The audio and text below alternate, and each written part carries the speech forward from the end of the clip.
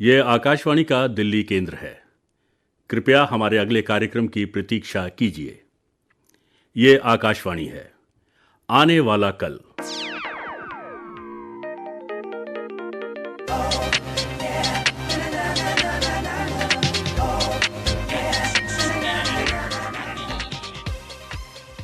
प्रस्तुत है आकाशवाणी और विज्ञान प्रसार के संयुक्त प्रयास से तैयार आर्टिफिशियल इंटेलिजेंस के विविध आयामों पर आधारित विज्ञान धारावाहिक आने वाला कल की 27वीं कड़ी, जिसका शीर्षक है कथाओं, उपन्यासों और फिल्मों में कृत्रिम बुद्धि की अवधारणा।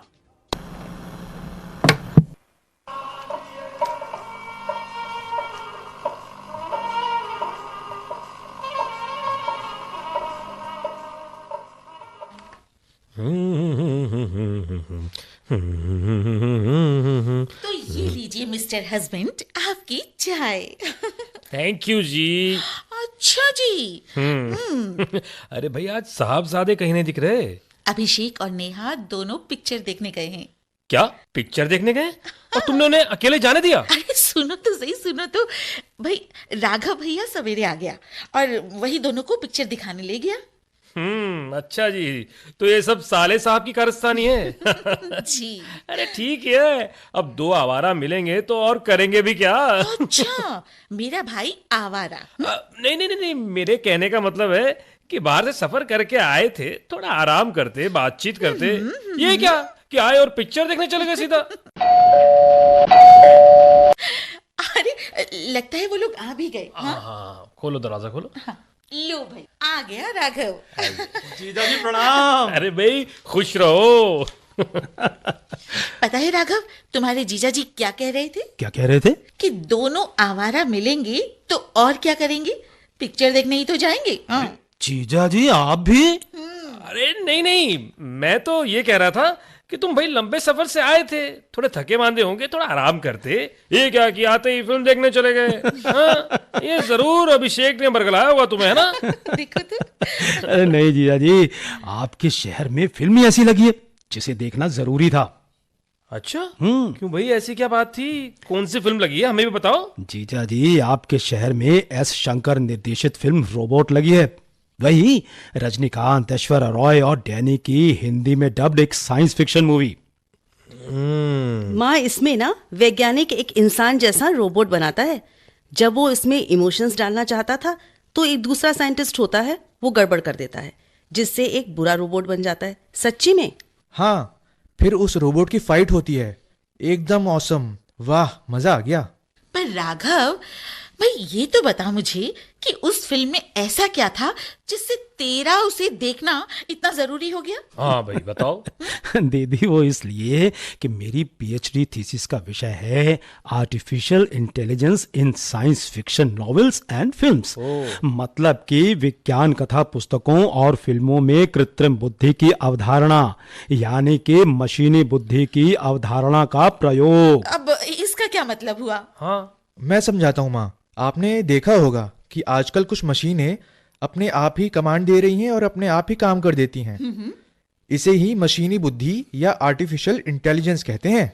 माँ, जैसे कि रोबोट आप देखते हो ना टीवी पर, कमांड देते ही तरह तरह के काम करने लगते हैं। हाँ हाँ हाँ। अभी कोरोना वायरस के समय में भी हवाई अड्डों पर और रोबोट आने जाने वालों का टेम्परेचर नापने से लेकर उन्हें सैनिटाइजर देने का, ये सारे काम कर रहे थे। या अस्पतालों में दवा और खाना पहुंचाने का काम भी कर रहे थे। आपने टीवी पर देखा नहीं था? अच्छा राघव, तो भाई इसके पीछे कृत्रिम बुद्धि है। जी। जिसने मशीनों को सिखाया कि ये कमांड देने पर ये काम करना है। तो जनाब एक बात बताइए, आजकल महीने में आप कितनी फिल्में देख लेते हैं? हाँ बताओ राघव। ज्यादा नहीं जीजा जी, बस रोज एक या दो। है? अरे यार। हाँ, पर ज्यादातर फिल्में मैं अपने कंप्यूटर पर देखता हूँ। इसमें ज्यादातर फिल्में तो दूसरे देशों की बनी होती होंगी। हमारे यहाँ साइंस फिल्में बनती ही कहाँ हैं? जैसे कोई मिल गया या क्रिस जैसी साइंस फिल्में कोई भूले भटके बना भी लेता है, वरना पहले तो कहाँ। अरे नहीं जीजा जी, नहीं। आमतौर पर हम में से हर व्यक्ति ऐसे ही सोचता है, पर ये गलत है। तो राघव, तुम क्या सोचते हो? दीदी, मैं अब सोचता नहीं, मैं तो अब जानता हूँ। मेरी जानकारी के हिसाब से भारत में अब तक 75 विज्ञान कथा फिल्में बन चुकी हैं। 75 विज्ञान कथाएं? हाँ भाजी, सन 2000 तक तो सिर्फ 14 विज्ञान कथा फिल्में ही बनी हैं, पर सन 2000 के बाद से इसमें तेजी आई। 2000 के बाद से तो हमारे देश में करीब 61 विज्ञान कथा फिल्में बनी हैं। अच्छा। ताज्जुब है मामा जी। हाँ नेहा, और सबसे ज्यादा 33 विज्ञान कथा फिल्में तो हिंदी में बनी हैं, और तमिल में भी करीब 23 विज्ञान कथा फिल्में बनी हैं। भाई ताज्जुब है। और मामा जी और भाषाओं में? अभिषेक, इसके अलावा मलयालम, कन्नड़, गुजराती, बंगाली, मराठी और उड़िया भाषाओं में भी विज्ञान कथा फिल्में बनी हैं। मामा जी आपने इतनी सारी फिल्में देखी हैं? कहा नेहा, इनमें से कुछ तो आसानी से उपलब्ध भी नहीं है। हाँ, भारत में बनी पहली विज्ञान कथा फिल्म मैंने जरूर देखी है। अच्छा। हाँ नेहा, इस फिल्म का नाम था काडू द जंगल।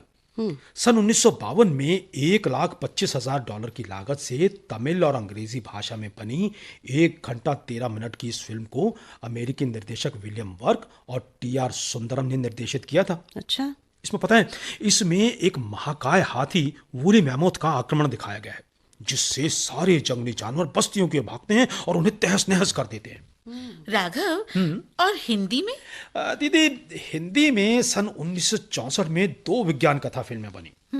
एक शांतिलाल सोनी की मिस्टर एक्स इन बॉम्बे, और दूसरी थी टी.पी. सुंदरम निर्देशित चांद पर चढ़ाई। अच्छा। दीदी, सच पूछो तो इनमें से चांद पर चढ़ाई ही सही मायनों में हिंदी की पहली विज्ञान कथा फिल्म कहलाए जाने योग्य है, और यही हिंदी की ऐसी पहली विज्ञान कथा फिल्म है जिसमें कृत्रिम बुद्धि की अवधारणा का प्रयोग किया गया है। वो कैसे? जी, इसमें अंतरिक्ष यात्रियों का एक दल चांद पर पहुंचता है। वहां उसे दूसरे ग्रह से आए एलियन मिलते हैं। यहां से गए लोगों को उनसे निपटना पड़ता है। और जानते हैं, इसमें तारा सिंह, भगवान, पद्मा खन्ना जैसे उस समय के प्रसिद्ध सितारों ने काम किया था। अरे भाई, अब ये फिल्म चर्चा बंद भी करो। राघव को कुछ चाय नाश्ता करने दो। नहीं माँ, हम लोग तो बाहर से खा कर आ रहे हैं, है ना मामा? हाँ दीदी, इन लोगों के साथ तो मैंने बस भी बस बस, समझ गई। आज इन दोनों ने मिलकर मामा की खूब हजामत बनाई है। तो ठीक है, फिर मैं चलती हूँ, और रात के खाने का इंतजाम भी तो करना है मुझे ना? ठीक है हाँ दीदी। भाई, तुम इंतजाम करो।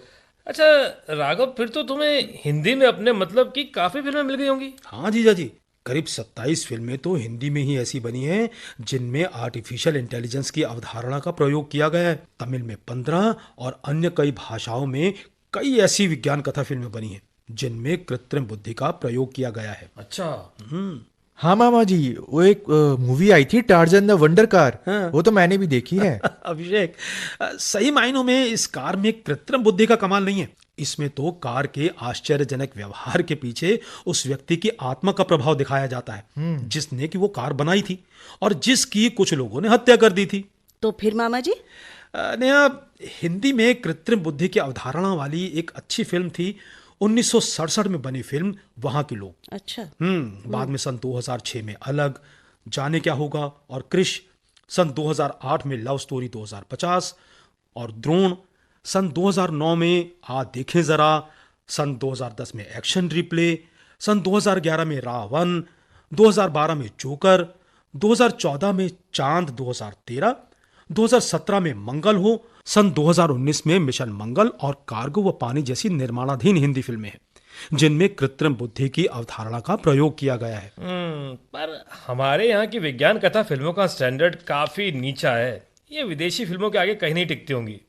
ठीक कह रहे हैं आप जीजा जी, पर कमी फिल्मों में नहीं है, न फिल्म बनाने वालों में है। तो मामा जी, आपका क्या कहने का मतलब है, कमी किस में है फिर? अभिषेक, यहाँ अच्छी विज्ञान कथा फिल्मों के दर्शक ही नहीं है। मामा जी, ये आप कैसे कह सकते हो? देखो नेहा, तमिल सिने निर्देशक जयप्रकाश ने सन 2017 में एक अच्छी विज्ञान कथा फिल्म तमिल में बनाई थी जिसका नाम था विनवेली पायना कुरिपुगल, जिसका हिंदी में अर्थ होता है अंतरिक्ष यात्रा के नोट्स। पता है, इस फिल्म को 28 अंतर्राष्ट्रीय फिल्म समारोहों में पुरस्कार हेतु नामित किया गया और उसे 12 अंतर्राष्ट्रीय पुरस्कार मिले जिनमें महत्वपूर्ण कल्ट क्रिटिक अवार्ड भी है। तो पर इतने पुरस्कार मिलने के बावजूद भी ये फिल्म भारत में बॉक्स ऑफिस पर कोई कमाल नहीं कर पाई। हमारे यहाँ के दर्शकों को मसाला फिल्में देखने की आदत है। मामा जी, ये मसाला फिल्म क्या होती है? नया, हमारे यहाँ का दर्शक फिल्मों में डांस भी चाहता है, रोमांस भी चाहता है, गाने अच्छे हो, म्यूजिक अच्छा हो। तो यूं कहो कि हमें फिल्मी चीजों की खिचड़ी पसंद आती है। ठीक कहा नेहा। और इस खिचड़ी बनाने में फिल्म का विज्ञान वाला तत्व काफी कम रह जाता है। मामा जी आप भी ना, किसने कहा है डायरेक्टर प्रोड्यूसर को कि ऐसी खिचड़ी फिल्म बनाओ? जानते हो अभिषेक, सन 2008 में निर्देशक गोल्डी बहल ने एक विज्ञान कथा फिल्म द्रोण बनाई। इस फिल्म का बजट था करीब 45 करोड़। और जानते हो इस फिल्म ने कुल कितनी कमाई की? कितनी मामा जी? केवल 15 करोड़। राघव, चाहे जो भी कह लो भाई, हमारे यहाँ की ये फिल्में विदेशी फिल्मों जैसे कि terminator, blade runner, matrix, AI, artificial intelligence और 2008 में बनी स्पेस ओडिसी जैसी कृत्रिम बुद्धि की अवधारणा वाली फिल्मों के आगे कहीं नहीं टिक पाती हैं। आप ठीक कहते हैं जीजा, इनमें से कई फिल्में मैंने भी देखी हैं। सच में मामा जी? तो मामा जी कुछ इन फिल्मों के बारे में भी बताइए ना। देखो भाई, मेट्रोपोलिस तो विज्ञान कथा फिल्मों में एक मील का पत्थर है। फ्रिट्ज लैंग द्वारा 1927 में निर्देशित ये मूक श्वेत श्याम जर्मन फिल्म पहली विज्ञान कथा फिल्म कहलाए जाने लायक है। पहली बार इसमें विकसित होती तकनीक के मानवता पर दुष्प्रभाव दिखाए गए हैं। इस फिल्म का प्रभाव दशकों तक निर्देशकों के सिर चढ़कर बोलता रहा और उनकी फिल्मों में इसका प्रभाव साफ रूप से देखा जा सकता है। इस फिल्म में एक वैज्ञानिक एक धात्विक रोबोट का निर्माण जो मेट्रोपोलिस शहर में छद्म रूप से रहकर अव्यवस्था फैला देता है। अरे नए जमाने की बात करो राघव, हमने तो terminator, RoboCop, Interstellar, x machine, Avenger, blade runner जैसी फिल्मों के बड़े चर्चे सुने। मैंने अखबार में पढ़ा है भाई इनके बारे में। हाँ जीजा जी, कृत्रिम बुद्धि के उपयोग के लिहाज से ये फिल्में बहुत महत्वपूर्ण हैं। इनमें सन 2017 में बनी अमेरिकन फिल्म ब्लेड रनर 2049 को एक क्लासिक फिल्म माना जाता है। वो क्यों मामा जी? वो इसलिए नेहा क्योंकि इस फिल्म में बायो इंजीनियर्ड मानवों की कल्पना की गई है जिन्हें रेप्लिकेंट्स कहा जाता है। इन्हें खराब होने पर मार दिया जाता है, जिसे रिटायर होना कहा जाता है। कैसे इस प्रकार की कृत्रिम बुद्धि हमारे समाज और सभ्यता को अस्थिर कर सकती है, यही इस फिल्म की मुख्य थीम है। बायो इंजीनियर्ड मानव, वाह मामा जी क्या कॉन्सेप्ट है। हाँ अभिषेक, और इसलिए इसने अपने डिजिटल इफेक्ट, सिनेमेटोग्राफी और निर्देशन के लिए कई अकेडमी पुरस्कार जीते हैं। हाँ मामा जी, अभी एक और फिल्म एक्स मशीन के बड़े चर्चे सुने गए थे। क्या मामा जी आपने ये फिल्म देखी है? देखिए, क्योंकि इसे देखना जरूरी था। इसमें विश्व की एक सबसे बड़ी इंटरनेट कंपनी में कार्यरत एक प्रोग्रामर एक प्रतियोगिता जीतता है। अच्छा। इनाम के तौर पर उसे कंपनी के मालिक के बंगले पर एक सप्ताह गुजारने का मौका मिलता है, जहां उसकी भेंट एक महिला रोबोट से होती है जिसमें अति परिष्कृत कृत्रिम बुद्धि के साथ भावनाएं भी हैं, और वो इस कंपनी के मालिक से मुक्त होना चाहती है जिसने उसका निर्माण किया है। अच्छा, यानी कि फिल्म में कृत्रिम बुद्धि को बिल्कुल मानव के समकक्ष लाने की कोशिश की गई है। हाँ जीजा जी, आर्टिफिशियल जनरल इंटेलिजेंस पर आधारित सन 2014 में बनी इस ब्रितानी विज्ञान कथा फिल्म ने पटकथा, विजुअल इफेक्ट और निर्देशन के साथ इसके कलाकारों ने कई अकेडमी पुरस्कार जीते हैं। मामा जी मतलब ये है कि पश्चिमी फिल्म निर्माता कृत्रिम बुद्धि का प्रयोग करके न सिर्फ ऊंचे दर्जे की विज्ञान कथा फिल्में बना रहे हैं, बल्कि उनकी ये फिल्में बॉक्स ऑफिस पर हिट भी हो रही हैं और बेशुमार कमाई भी कर रही हैं। हाँ अभिषेक, ऐसी बहुत सारी कृत्रिम बुद्धि आधारित फिल्में बनी हैं जो न सिर्फ श्रेष्ठ विज्ञान कथा फिल्में हैं, वरन उन्होंने कमाई में भी नए कीर्तिमान स्थापित किए हैं। ऐसी कौन कौन सी फिल्में हैं मामा जी? नया जैसे सन 2013 में बनी अमेरिकन विज्ञान कथा फिल्म हर, जिसमें एक अंतर्मुखी लेखक थियोडोर कृत्रिम बुद्धि से युक्त एक सिस्टम खरीदता है और बाद में इंसानों की तरह उसे प्यार करने लगता है, जो अंततः उसे छोड़ जाता है। मामा जी यानी कि अब हर फिल्म में कृत्रिम बुद्धि एक सीमा में ही रहती है, वह मानवों की तरह बलिदान, प्यार, वादा निभाने जैसे इमोशंस नहीं कर पाती। कैसी बातें करते हो अभिषेक, ये तो मानवों के लक्षण हैं। हाँ अभिषेक, ऐसी ज्यादातर फिल्मों में मानव और आर्टिफिशियल इंटेलिजेंस के बीच एक रेखा हमेशा नजर आती है। अच्छा। पर 6 सीक्वल में बनी फिल्म टर्मिनेटर में ऐसा नहीं है। 6 सीक्वल में? हाँ नेहा, इस सीक्वेंस की पहली फिल्म द टर्मिनेटर सन 1984 में बनी, फिर 1991 में बनी टर्मिनेटर 2 द जजमेंट डे, 2003 में टर्मिनेटर राइज ऑफ मशीन्स, 2009 में टर्मिनेटर सॉल्वेशन, 2015 में टर्मिनेटर जेनेसिस और 2019 में टर्मिनेटर डार्क फेट। यही नहीं, इस पर आधारित उपन्यास, video games, television series, audio आदि भी जारी किए गए हैं। टर्मिनेटर सीरीज बहुत बड़ा प्रोजेक्ट है। हाँ जीजा जी, जेम्स कैमरून द्वारा निर्मित इस प्रोजेक्ट में स्काईनेट सिंथेटिक इंटेलिजेंट मशीनें और रेजिस्टेंट फोर्सेस मिलकर पूरी मानवता का सफाया करना चाहते हैं, और हर बार तरह तरह से उनकी योजनाओं को विफल कर दिया जाता है। हद ही हो गई भाई, अभी तक तुम लोगों की बातचीत बंद नहीं हुई। और राघव, तेरा मुंह भी ना बस बोलते बोलते थकता नहीं है। हाँ। दीदी, और दीदी वो बस बस, अब कुछ नहीं, चलो खाना तैयार है, इस चर्चा को बंद करो, चलो खाना खाओ, चलो। भाई चलो, तुम्हारे चक्कर में कहीं खाना ना मिले हमें। चलो, अब भूख तो अब बहुत लगा है। तो चलो खाते हैं भाई।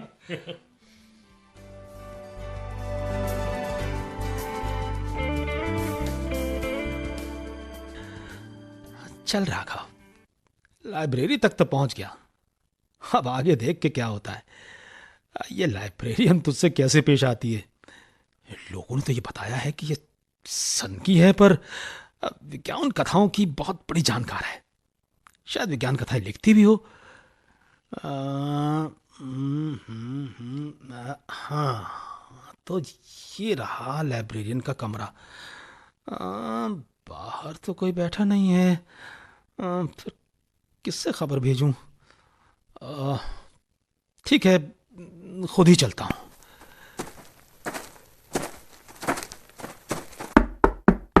क्या मैं अंदर आ सकता हूं? हाँ हाँ, आइए, यहाँ तशरीफ रखिए। जी शुक्रिया। कहिए। जी मेरा नाम राघव है, मैं एक पीएचडी छात्र हूं।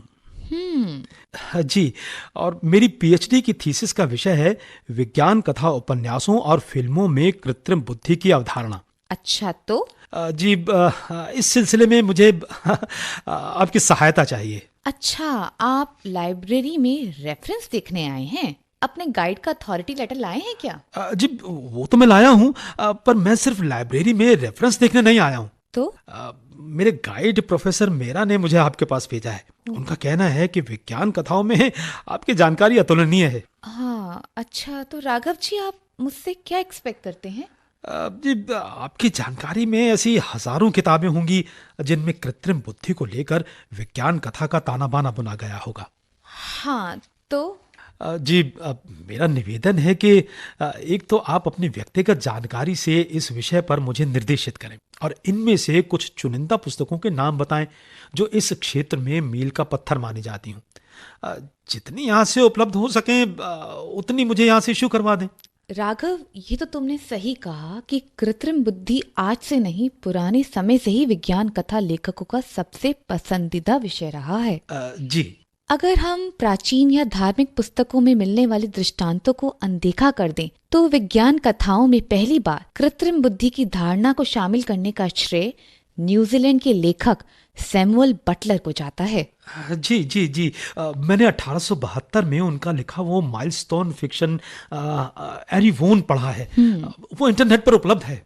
बटलर डार्विन के ओरिजिन ऑफ स्पीशीज वाले लेखों से बहुत प्रभावित थे। इसके जवाब में उन्होंने 1863 में एक लेख लिखा था, जी डार्विन अमंग द मशीन्स, जिसमें उन्होंने डार्विन के प्राकृतिक चुनाव के समानांतर बुद्धिमान और स्वयं परिवर्तक क्षमता से युक्त मशीनों के विकास की अवधारणा व्यक्त की थी। वही लेख 9 साल बाद इस उपन्यास का आधार बना। जी एकदम नई सोच थी। बटलर ने इसे विक्टोरियन समाज पर एक व्यंग की तरह लिखा था। उनकी इस एरोवोनियन सोसाइटी में अपराधियों को बीमार और बीमारों को अपराधी माना जाता है। अच्छा। इस पुस्तक के 3 अध्यायों को बुक ऑफ मशीन्स कहा जाता है। अच्छा। इसमें कृत्रिम बुद्धि वाली मशीनों को मानव सभ्यता के लिए जरूरी मगर हानिकारक संभावनाओं की तरह चित्रित किया गया है। मतलब ये है कि न तो ये यूटोपिया है और न डिस्टोपिया। विज्ञान कथा लेखकों ने इन मशीनों को लेकर सुखांत और दुखांत दोनों प्रकार की रचनाएं लिखी हैं।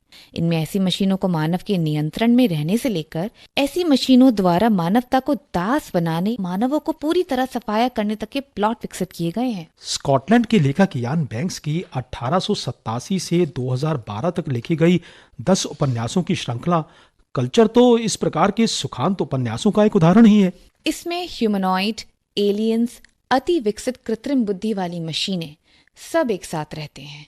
आवश्यकता की सारी वस्तुओं का उत्पादन ऑटोमेटिक है, इसलिए आवश्यक वस्तुएं या तो सस्ती हैं या फिर मुफ्त। इसे लेखक पोस्ट स्कार्सिटी अर्थव्यवस्था कहता है, जहाँ किसी वस्तु का अभाव नहीं है। इस ग्रह के सारे निवासी या तो जनरेशन अंतरिक्ष यानों पर या ग्रहों से दूर बने स्थानों पर रहते हैं, वो कुछ नहीं करते, इसलिए ग्रह पर लॉ एंड ऑर्डर की समस्या भी नहीं है। वहाँ के निवासी ग्रहों की प्लानिंग और शासन भी नहीं देखना चाहते। इसके लिए उन्होंने अति विकसित कृत्रिम बुद्धि वाली मशीनों को तैनात किया है। इन्हें उनकी इस स्पेस सोशलिज्म में माइंड्स कहा जाता है। इयान बैंक की ये कल्चरल श्रृंखला अब एक तरह का सोप ओपेरा ही है ना? हाँ, वैसे तो वह साइबर पंक का जमाना था, जिनसे कृत्रिम बुद्धि के कारण भविष्य को लेकर निराशा भरी कल्पनाएं की जाती थी। उस दौर में इयान बैंक की कल्चर ने विज्ञान कथा की उपविधा स्पेस ओपेरा को एक तरह से पुनर्जीवित किया था। सुखांत कहानियों में कृत्रिम बुद्धि वाली थीम मुख्यतः 4 प्रकार की होती है। या तो इसमें कृत्रिम बुद्धि वाली मशीनों के अमरत्व या लंबे जीवन की संभावना होती है, या मानव उसको ज्यादातर काम सौंप कर कार्य मुक्त होने की स्थिति में आ जाते हैं, या फिर इनकी सहायता से वो मानव की रक्षा करते हैं और दूसरों पर शासन करते हैं, या फिर इन्हें आनंद और मनोरंजन की प्राप्ति का साधन बनाते हैं।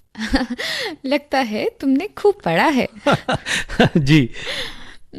पर कृत्रिम बुद्धि वाली दुकान कथाओं में या तो मशीनें मानवों के विरुद्ध विद्रोह करती नजर आती हैं, या फिर मानव के सारे कार्य को अपने हाथों में लिए मानव जाति को नकारा और ऑब्सोलीट बनाने पर तुली दिखाई देती हैं। जी बिल्कुल ठीक। कहीं तो वह पूरे समाज को नियंत्रित करती नजर आती है, तो कहीं मानवों के नियंत्रण में अपने काम को अंजाम देती हैं। पर कुछ विज्ञान कथाओं में वह मानव जाति के विरोध में खड़ी नजर आती हैं, और कहीं कहीं तो वह पूरी मानवता को, मानव जाति का सफाया करने के लिए प्रयत्नशील होती हैं। मैडम, शायद आप कृत्रिम बुद्धि पर आधारित डिस्टोपियन विज्ञान कथाओं में AI rebellion, AI controlled societies, human dominance और फ्रैंकस्टीन कॉम्प्लेक्स की बात कर रही हैं, है ना? हाँ राघव, लेकिन पहले हम AI रेबेलियन या कृत्रिम बुद्धि वाली मशीनों के विद्रोह की ही बात करें। जी। केरल केपेक की विज्ञान कथा RUR, जिसमें पहली बार ऑटोमेटोन को रोबोट कहा गया था। जी। या अमेरिकन लेखक ग्लेन लार्सन की विज्ञान कथा बैटल स्टार गैलेक्टिया में भावनाओं वाले योद्धा रोबोट साइलोन्स में भी इसी प्रकार के विद्रोह की गाथा है। हाँ मैडम, पर अमेरिकी लेखक जैक विलियमसन की कथा विद फोल्डेड हैंड्स में कृत्रिम बुद्धि वाली मशीनें एक पूरे मानव समाज को नियंत्रित करते नजर आती हैं। ब्रितानी विज्ञान कथाकार नील आशेर ने सन 2001 से सन 2008 तक पॉलिटी यूनिवर्स सीरीज की जो 5 पुस्तकें लिखी, उनमें उन्होंने कृत्रिम बुद्धि से नियंत्रित एक ऐसी दुनिया की कल्पना की है जिसमें इन कृत्रिम बुद्धि वाली मशीनों को मानव ने अपनी सहायता के लिए बनाया था। जी। पर धीरे धीरे वे पूरे मानव समाज को ही नियंत्रित करने लगती हैं। मैडम, मुझे एक भारतीय विज्ञान कथा लेखक शिव रामदास की सन 2013 में लिखी विज्ञान कथा डोम चाइल्ड भी याद आ रही है, जो एक इसी प्रकार का विज्ञान कथा उपन्यास है। हाँ, बहुत से भारतीय विज्ञान कथा लेखक जो मुख्यतः अंग्रेजी में लेखन करते हैं, उनकी कुछ कहानियों में कृत्रिम बुद्धि वाली मशीनों की और उनसे नियंत्रित समाज की कल्पना की गई है। मैडम, मैंने अमेरिकी विज्ञान कथाकार डॉन सिमंस की उपन्यास श्रृंखला हाइपरियन कैंटोस पढ़ी है, जो उन्होंने 1989 से 1997 के बीच लिखी थी। हाँ राघव, 4 पुस्तकों की इस श्रृंखला में 4 भुजाओं वाले आधी मशीन और आधे जीवित प्राणी जैसे कृत्रिम बुद्धि से युक्त जीवों की कल्पना की गई है, जिन्हें श्रीक कहा गया है। वहाँ की चर्च द्वारा इन्हें लॉर्ड ऑफ पेन भी माना गया है। दुखांत विज्ञान कथाओं में एक और कंसेप्ट मुझे प्रमुखता से मिला है मैडम, जिसमें इन कृत्रिम बुद्धि वाली मशीनों को मानव दास की तरह बनाता है।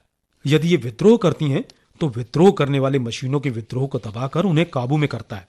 इसाक आसिमोव की रोबोट श्रृंखला की विज्ञान कथाओं और अमेरिकी विज्ञान कथा लेखक फ्रैंक हर्बर्ट की विज्ञान कथा उपन्यासों की श्रृंखला ड्यून में इसी ह्यूमन डोमिनेंस थीम का प्रयोग किया गया है। 1965 से लेकर 1985 तक लिखी गई 4 किताबों की इस श्रृंखला ड्यून को सॉफ्ट साइंस फिक्शन में मील का पत्थर माना जाता है। और फ्रैंकनस्टीन कॉम्प्लेक्स, इसमें बुद्धिमान मशीनें अपने बनाने वालों को ही समाप्त करने पर उतारू हो जाती हैं। प्रसिद्ध विज्ञान कथा लेखक इसाक आसिमोव को इस शब्द का जनक माना जाता है।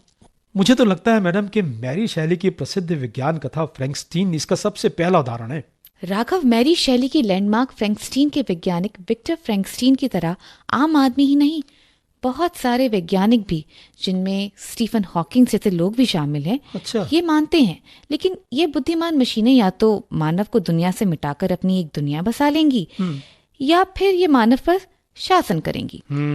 इसाक आसिमोव ने बुद्धिमान मशीनों पर इस नेगेटिव सोच को बदलने के लिए ही अपनी विज्ञान कथाओं में रोबोटिक्स के 3 काल्पनिक नियमों का प्रतिपादन किया था। इस थीम पर तो बहुत सारी विज्ञान कथाएं और उपन्यास लिखे जा चुके हैं।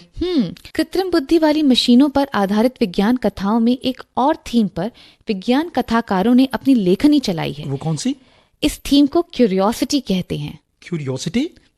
इसमें कृत्रिम बुद्धि वाली मशीनें वास्तविक दुनिया के मानवों की तरह सोचती हैं और काम करती हैं। ना तो वे मानवों की दास होती हैं और ना ही मानवों की शासक। 1956 में लिखी इसाक आसिमोव की प्रसिद्ध विज्ञान कथा द लास्ट क्वेश्चन और पोलैंड की विज्ञान कथाकार स्टेनिस्लॉ लेम की विज्ञान कथा गोलेम 14 इस श्रेणी की कथाएं हैं। गोलेम 14 में कृत्रिम बुद्धि वाली मशीनें मानवों को युद्ध में मदद करने से मना कर देती हैं, क्योंकि वे युद्धों को बुरा मानती हैं और मानवता के लिए घातक मानती हैं। एक बात कहूँ मैडम, जब मेरे थीसिस गाइड प्रोफेसर मेहरा ने मुझे आपके पास भेजा था, तब मुझे ये नहीं पता था कि मैं विज्ञान कथा की एक चलती फिरती एनसाइक्लोपीडिया से मिलने जा रहा हूँ। मैडम, मैं आपकी विज्ञान कथा के बारे में जानकारी को सलाम करता हूँ। राघव जी, आप तो शर्मिंदा कर रहे हैं। नहीं मैडम, विज्ञान कथाओं के बारे में इतनी जानकारी इंटरनेट पर भी नहीं मिल सकती थी, और ऊपर से आपकी आलोचक नजर, ये तो कहीं भी नहीं मिल सकती। अरे, मैं तो भूल ही गई। अभी तो हमें पुस्तकालय से इशू कराने के लिए किताबें भी छांटनी हैं। चलें। जी चलिए। आने वाला कल। अभी आप सुन रहे थे आकाशवाणी और विज्ञान प्रसार के संयुक्त प्रयास से तैयार आर्टिफिशियल इंटेलिजेंस पर आधारित विज्ञान धारावाहिक आने वाला कल की 27वीं कड़ी, जिसका शीर्षक था कथाओं, उपन्यासों और फिल्मों में कृत्रिम बुद्धि की अवधारणा। आलेख डॉक्टर अरविंद दुबे, संकल्पना और समन्वय डॉक्टर नकुल पराशर और डॉक्टर वीरेंद्र कुमार त्यागी, निर्माण और प्रस्तुति पंकज पति पाठक, प्रस्तुति सहायक सैयद मुनिस हैदर रिजवी। भाग लेने वाले कलाकार थे सुनीता ठुकराल, सचिन कथूरिया, किशोर सहजानी और शालिनी मित्तल। दोस्तों, अभी जाइए नहीं, अब समय है आपसे किए जाने वाले प्रश्नों का। जुड़े रहें हमारे साथ। हम आपसे 2 प्रश्न पूछेंगे। सही उत्तर भेजने वाले श्रोताओं को लकी ड्रॉ द्वारा निकाले गए परिणामों के आधार पर विज्ञान प्रसार द्वारा आकर्षक पुरस्कार दिए जाएंगे। हमारा आज का पहला प्रश्न है, रोबोट को पहले क्या कहा जाता था? और दूसरा प्रश्न है, पहली बार किस विज्ञान कथा में मानव जैसी मशीनों को रोबोट कहा गया था? हमारा पता है विज्ञान धारावाहिक आने वाला कल, विज्ञान प्रसार, A50 institutional area, sector 62, Noida, pin code 201309। आप अपने उत्तर हमें ईमेल द्वारा भी भेज सकते हैं। हमारा ईमेल आईडी है radio@vigyanprasar.gov.in। और हाँ, यदि आपके पास कोई ऐसा प्रश्न है जो आप हमसे पूछना चाहें और अगर उसको हम अपने कार्यक्रम में शामिल करेंगे तो भी आपको विज्ञान प्रसार की ओर से पुरस्कार दिया जाएगा। श्रोताओं, हमें इंतजार रहेगा आपके पत्रों का। जवाबों के साथ अपना पूरा नाम और पता अवश्य लिखें। धारावाहिक आने वाला कल की अगली कड़ी आप सुन सकेंगे अगले सप्ताह इसी दिन और इसी समय। नमस्कार।